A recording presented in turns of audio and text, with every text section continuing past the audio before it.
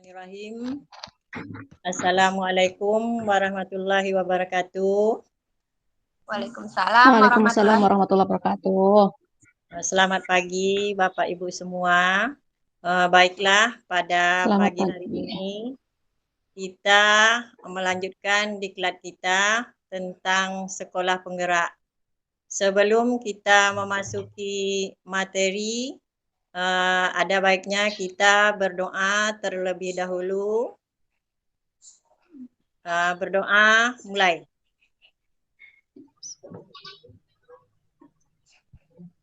Selesai. Baiklah, selanjutnya kita akan melanjutkan ice breaking terlebih dahulu yang akan dipandu oleh Ibu Susri Handayani supaya pada pagi hari ini pemateri lebih bersemangat lagi. Kepada Ibu Susri Handayani, disilakan. Oke, terima kasih Bu Arlina. Nah, baiklah Ibu-Ibu, kita ice drinking dulu supaya kita semangat semua untuk presentasi, terutama untuk Bunur. Nah, dulu nanti yang ikuti saya bisa, Ibu-Ibu bisa, kita semua harus bisa. Semangat merdeka belajar. Bu. Saya Ibu-Ibu bisa. Apa tadi? Ulangi Bu, apa Bu? Saya bisa. Ibu-ibu. Bisa. Saya bisa. Saya Ibu Saya bisa. Ibu. Ya, Ibu bisa, saya bisa, Ibu bisa. Kita semua harus bisa. Semangat merdeka belajar. Ya. Oke Bu, ayo Bu sama-sama. Sama ya. Ya Bu. Nah, nanti yang kedua ada lagi. Nah, sama. Saya lulus, Ibu lulus, kita semua harus lulus. Semangat. Oke, ya Bu. Saya lulus, Ibu lulus. Satu, Oke. yang pertama bisa ya Bu, bisa. Yang pertama. Oke, 1, 2, 3. Saya bisa, Ibu bisa, kita semua harus bisa. Semangat merdeka. Merdeka. Kemudian saya lulus, Ibu lulus. Saya lulus, Ibu lulus. Kita semua lulus.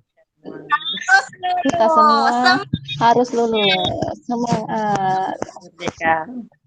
Oke, Bapak Ibu, kita semangat, terutama untuk Bu Nur, semangat harus bisa. Nah, demikian tadi speaking-nya. Nah, selanjutnya kami kembalikan kepada Arlina. Terima kasih Bu Susri Handayani. Selanjutnya langsung saja kita dengarkan materi yang akan disampaikan oleh Ibu Nur Asnidar. Kepada Ibu dipersilakan. Baiklah, terima kasih Ibu. Terima kasih Bu Arlina. Assalamualaikum warahmatullahi wabarakatuh. Waalaikumsalam warahmatullahi wabarakatuh. Oke, selamat pagi Ibu-ibu semua, guru hebat Merdeka Belajar. Ya.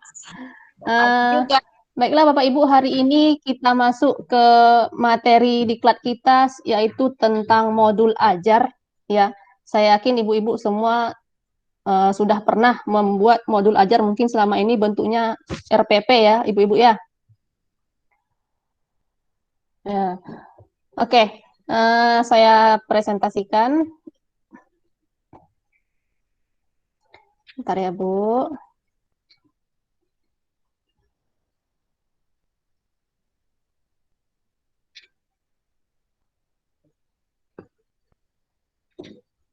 Oke, ini tentang modul ajar. Bapak Ibu sebelumnya sudah pernah buat modul ajar? Sudah sedikit. Oke. Nah, hari ini kita untuk program sekolah penggerak ada sedikit tambahan untuk modul ajar yang akan saya jelaskan di sini. Hari ini kita akan belajar tentang konsep modul ajar dan komponen modul ajar. Konsep modul ajar seperti yang sudah kita pelajari sebelumnya itu adalah ada capaian pembelajaran, ada alur tujuan pembelajaran. Nah, sekarang kita masuk itu modul ajar. Modul ajar adalah sejumlah alat atau sarana media, metode, petunjuk, dan pedoman yang dirancang secara sistematis dan menarik. Modul ajar merupakan implementasi dari alur tujuan pembelajaran yang dikembangkan dari capaian pembelajar dengan profil pelajar Pancasila sebagai sasaran. Nah, modul ajar disusun sesuai dengan fase atau tahap perkembangan peserta didik, mempertimbangkan apa yang akan dipelajari dengan tujuan pembelajaran dan berbasis perkembangan jangka panjang. Guru perlu memahami konsep mengenai modul ajar agar proses pembelajaran lebih menarik dan bermakna. Nah, komponen modul ajar itu ada informasi umum. Nah, itu berkaitan dengan identitas sekolah, kemudian nama penyusun ya Bapak Ibu di situ di modul ajarnya nanti menampilkan nama penyusunnya, nama Bapak Ibu, kemudian institusinya yaitu sekolahnya sekolah apa, misalkan kalau saya di sini SMP N1 Pulau Burung, kemudian tahun disusun modul ajarnya. Kemudian di identitasnya juga ada di situ kita tampilkan jenjang sekolahnya. Misalkan sekolahnya SD atau SMP atau SMA. Kemudian juga kelasnya. Selanjutnya itu ada juga alokasi waktu. Kemudian di komponennya juga ada kompetensi awal. Nah, di modul ajar kita harus mengetahui apa pengetahuan dan keterampilan yang perlu dimiliki siswa-siswa kita sebelum kita masuk ke materi yang akan kita ajarkan. Nah, selanjutnya di komponen modul ajar juga ada profil pelajar Pancasila. Ya, profil pelajar Pancasila itu menjadi tujuan akhir dari pembelajaran yang berkaitan dengan karakteristik peserta didik kita. Profil pelajar Pancasila ini dia harus tercermin dalam konten atau metode pembelajaran. Misalkan kalau dia ada tugas mandiri, maka di sana kan harus menampilkan profil pelajar Pancasilanya yaitu mandiri. Atau kalau misalkan dia tugas kelompok, maka di sana akan mencerminkan adalah profil pelajar Pancasila yaitu gotong royong. Ya, Bapak Ibu mungkin sudah kita pelajari di pertemuan sebelumnya. Bapak Ibu pasti ingat ya tentang profil pelajar Pancasila. Nah, selanjutnya di profil pelajar Pancasila ini ada 6 dimensi dari pelajar Pancasila yang saling berkaitan dan terintegrasi dalam seluruh mata pelajaran, yaitu materi atau isi pelajarannya, kemudian pedagogiknya, dan kegiatan atau kegiatan proyek atau asesmen. Setiap modul ajar memuat satu atau beberapa unsur dimensi profil pelajar Pancasila yang telah ditetapkan. Jadi dari modul ajar kita ini tidak semestinya harus satu ya Bapak Ibu, profil pelajar Pancasilanya boleh lebih. Karena profil pelajar Pancasila itu kan ada 6, jadi boleh kita masukkan lebih dari satu. Kemudian dalam komponen modul ajar itu ada sarana dan prasarana. Apa saja sarana dan prasarana yang harus kita tampilkan dalam modul ajar kita? Yang pertama ada sarana. Sarana merujuk pada alat dan bahan yang digunakan. Sementara prasarana dalamnya termasuk materi dan sumber bahan ajar yang relevan digunakan dalam kegiatan pembelajaran. Misalkan kalau kita menggunakan laptop, berarti laptop itu termasuk dalam sarana atau proyektor. Dan sementara dalam bentuk prasarananya mungkin lembar kerja siswa, medianya itu termasuk dalam prasarana. Jadi di modul ajar kita itu harus kita tampilkan ya, Bapak Ibu. Selanjutnya selanjutnya ada target peserta didik.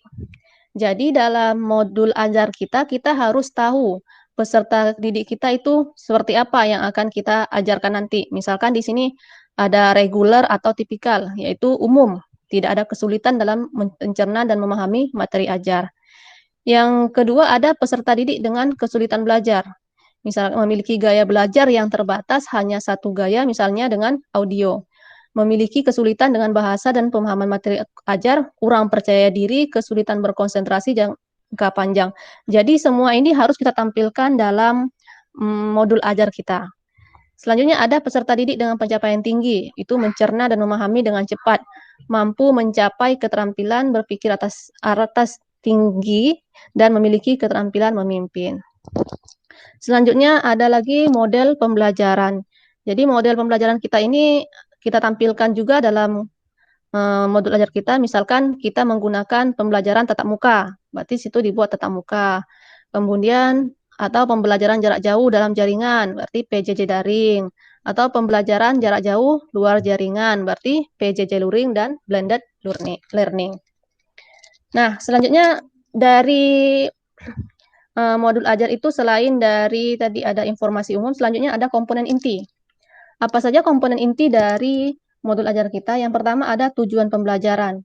Jadi dalam modul ajar harus tercermin apa tujuan pembelajaran yang harus kita capai dari suatu pembelajaran yang akan kita laksanakan nanti.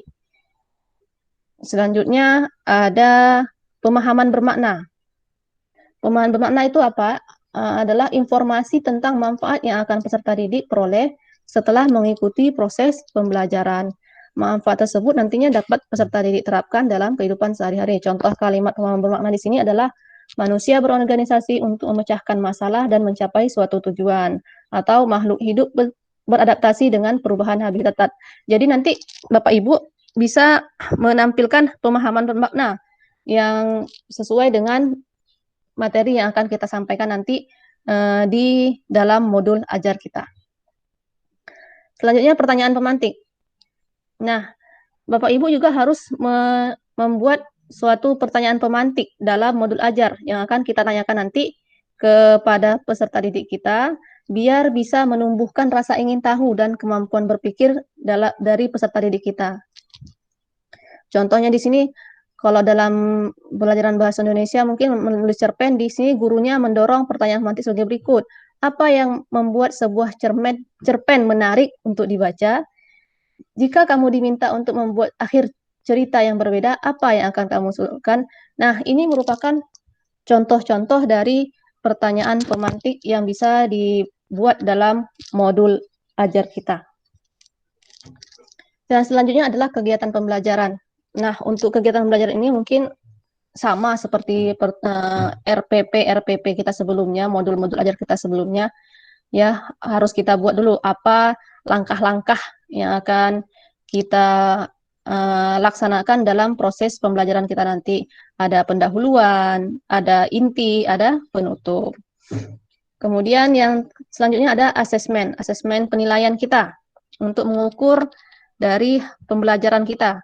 Bisa di awal, bisa dalam proses pembelajaran atau formatif, kemudian bisa juga pada akhir pembelajaran. Jadi semuanya harus dibuatkan Bapak Ibu di dalam modul ajar kita.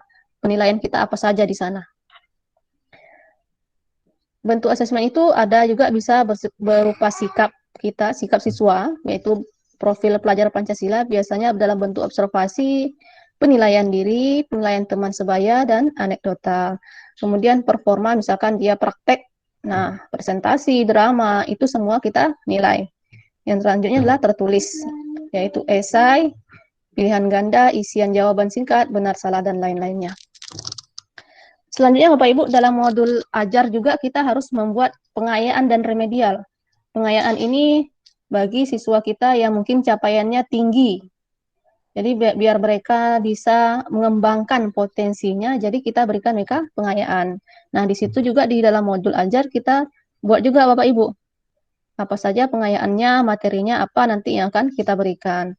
Kemudian sedangkan untuk siswa yang mungkin membutuhkan bimbingan khusus lagi, bimbingan untuk mengulang memahami materi lagi, maka kita buat di sana remedialnya. Contoh lembar belajarnya apa, kegiatannya apa yang harus kita buat lagi dalam remedial. Nah, selanjutnya ada lampiran Bapak Ibu.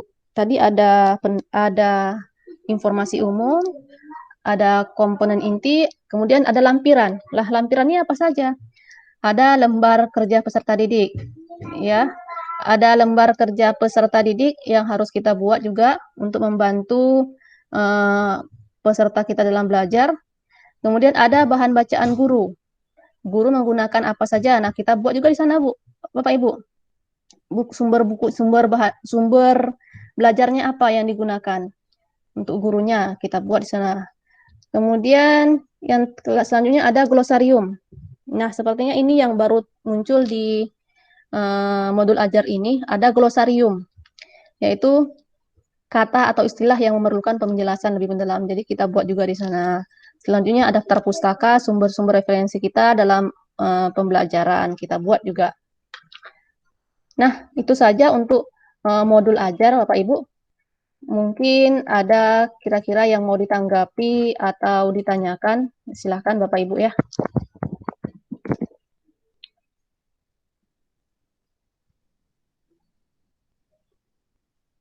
Halo Bapak Ibu.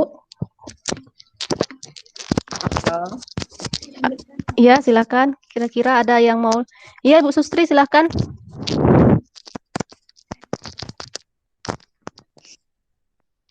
suaranya. Suaranya Bu Sustri. Suaranya Bu Sustri, mic-nya dihidupkan dulu. Kira-kira Ibu Oke, Bu. bisa nggak menampilkan contoh modul ajar yang Ibu buat gitu. Kemudian Ibu jelaskan kepada kami contohnya seperti apa bentuknya gitu supaya kami tuh mengerti gitu kan seperti apa modul ajarnya. Oh ya, Bu, modul ajar yang sesuai dengan yang kita inikan hari ini, Bu ya.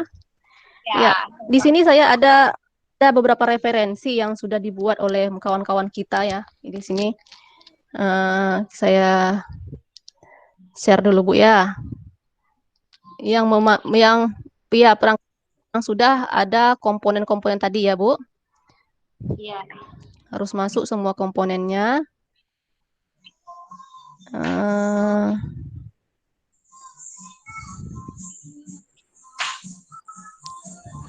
Nah, di sini saya ngambil ada dari guru SD ini, SD kelas 5 tentang pelajaran IPAS ya. Nah, perhatikan Bu. Nah, di sini ada contoh modul ajarnya. Dan di sini masuk semua nih, ada jumlah JP-nya. Seperti ini Bapak Ibu. Ya, ada capaian pembelajarannya apa, domain apa, nanti ada profil pelajar Pancasilanya apa ditampilkan. Tujuan pembelajarannya, keterampilannya apa. Ini Bapak Ibu bisa lihat Bu, bisa dilihat. Ya, bisa. Nah, ini ada model pembelajarannya.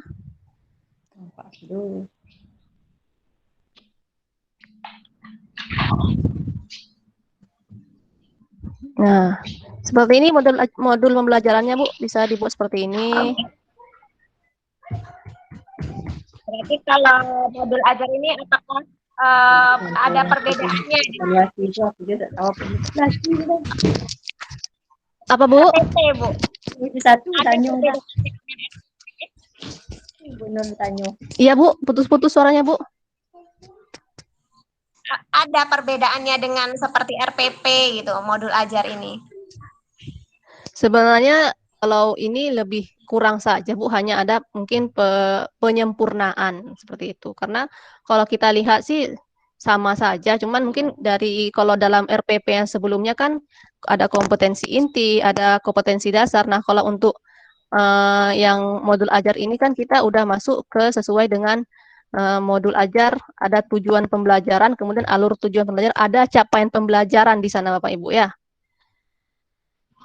Sebenarnya lebih kurang saja, cuman di sini menekankan itu kita harus lebih merdeka belajar Bapak Ibu. Jadi kita harus memahami karakteristik siswa kita, seperti apa kebutuhan yang akan kita laksanakan di sekolah kita masing-masing Bapak Ibu.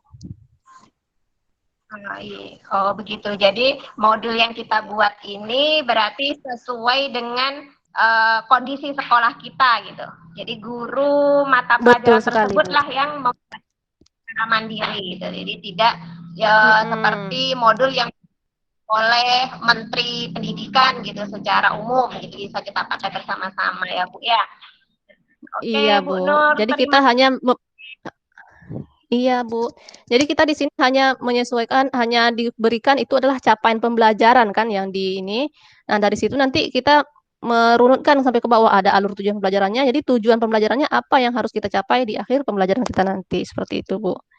Nah, jadi kita buatlah alurnya, kira-kira apa saja yang kita butuhkan sesuai dengan komponen-komponen yang ada dalam modul ajar. yang sesuai dengan sekolah kita masing-masing ya Bu ya. Iya, betul, Bu. Oke.